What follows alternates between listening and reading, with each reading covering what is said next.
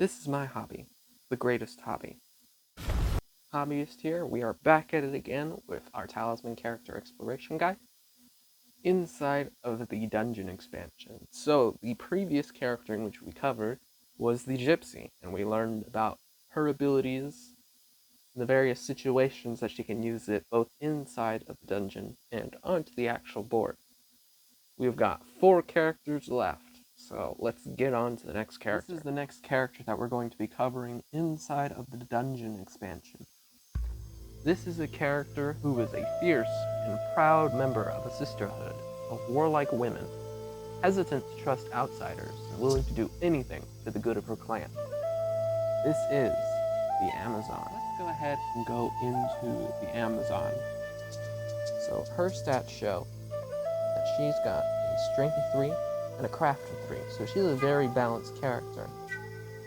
And as you can see here down at the bottom, you see that black arch. Any cards that possess that black arch are parts of the dungeon expansion.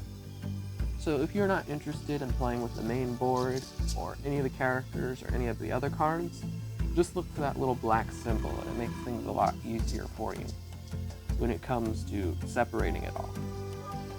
So moving forward with the rest of the Amazon, she is a neutral character, unlike the Gypsy, who is a good character, and she starts in the village, which is why we have her all the way over there in retrospect of the dungeon expansion right here.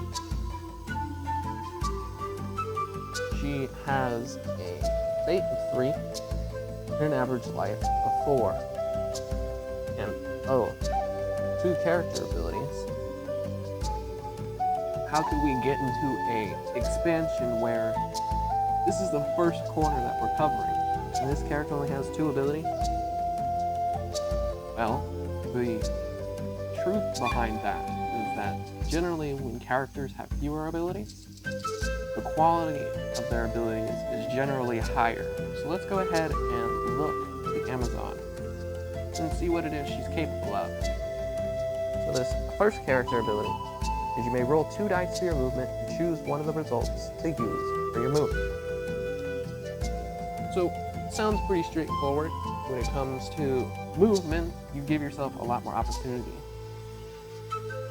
Especially when you start to expand towards the city expansion or the Sacred Pool expansion, where stables start to have an effect with riding horse, then you just open yourself up to more opportunities to where you could be rolling 2 dice, choosing which movement is better for you, or being able to combine those movements all into one. So let me go ahead and show you guys what this looks like in action. So we got this here, so that allows us to move 2 spaces or 3 spaces from where we are with the dungeon entrance. Now generally this could be a good thing. Sometimes there might be enemies in the 2 spaces before that could be a bit more dangerous for us, to where maybe they're the enemies that we don't want to take on. Or we don't want to necessarily roll too high as we go further along, as we might find things that we're not ready for. So being able to safely say, well, I'm not ready to fight any enemies, or risk fighting enemies, so we can move our 3 spaces to the library here, which is a safe place for us to just roll and be able to gain certain things from it. Whereas, if we decided to move the 2 spaces, say we were a bit more confident, we could come right here to the tunnel space and draw our 1 card from the dungeon deck. Whether it could be an object or an enemy that we were more willing to take on, and all that sort of thing. Because there's going to be various spaces that may or not be more friendly to you. Over here is the cell space, where you can lose followers. If you land here, like they stay stuck inside the cells, and you might have to come back and get them, so being able to avoid that space. On this first layer strip, we have the guard room. You either bribe the guard, or you fight him with a strength of 5. Continuing on the second layer strip is this Hall of Darkness space, that can either send you forward or send you back, depending on the certain rolls. There's kitchen, which could be good or bad, as you can just sort of read here. There's the torture chamber, which could prove to be not so good. There's the monster pit, which could be definitely a problem if you spawn too many all at once. There's a summoning circle where you can pull enemies or other characters towards you. And then of course there's at the very end the objective of fighting the Lord of Darkness when you're trying to progress through the dungeon, if you haven't checked out our dungeon expansion video already. But giving yourself the ability to avoid those spaces or to get to those spaces, depending on various situations while you're inside of the dungeon, is definitely something to keep into consideration. Sometimes though, there's going to be certain situations to where the Amazon's second character ability is going to be a lot more useful to you, which is, if you are defeated or have a standoff in battle, you may ignore the result and immediately fight that battle again. Any effects, special abilities, objects, or spells used or cast in the first battle remain in effect with the second battle. You must accept the results of the second battle.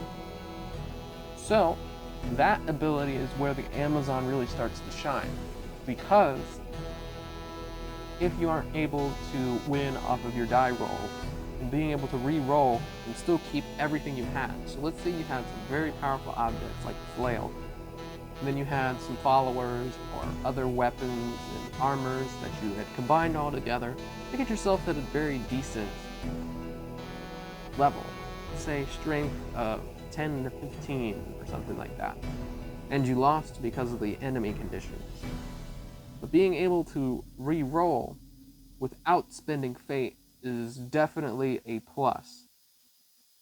Much like the Sage is able to save fate on movement, because the Amazon can save fate on attacks, that's not something that she has to so much worry about. And trust me, inside of the hardest corner of Talisman, you're gonna want to save your fate, especially for certain enemies and for certain traps and conditions inside of the actual dungeon. And more so, when you get to the Lord of Darkness, maybe you want to reset the battle so that way you can roll higher. Not so much just to beat the Lord of Darkness, but to be able to increase the difference between your scores, to be able to teleport to greater locations like Plane of Peril or straight the Crown of Command, if you are managed to able to get that high. So the Amazon's ability to be able to manipulate battles into her favor is definitely a plus. So overall, what do I think of the Amazon? In comparison to the Gypsy, she's a lot more versatile, because it doesn't necessarily just apply to the dungeon expansion. Any of the other expansions that we have covered, and any of the other characters, I feel have a lot more diversity. So this is definitely a character to where if you're willing to play with some level of risk, then the Amazon is definitely the way to go. But overall, I want to thank you guys so much for watching this video, and I'll see you guys in the next one.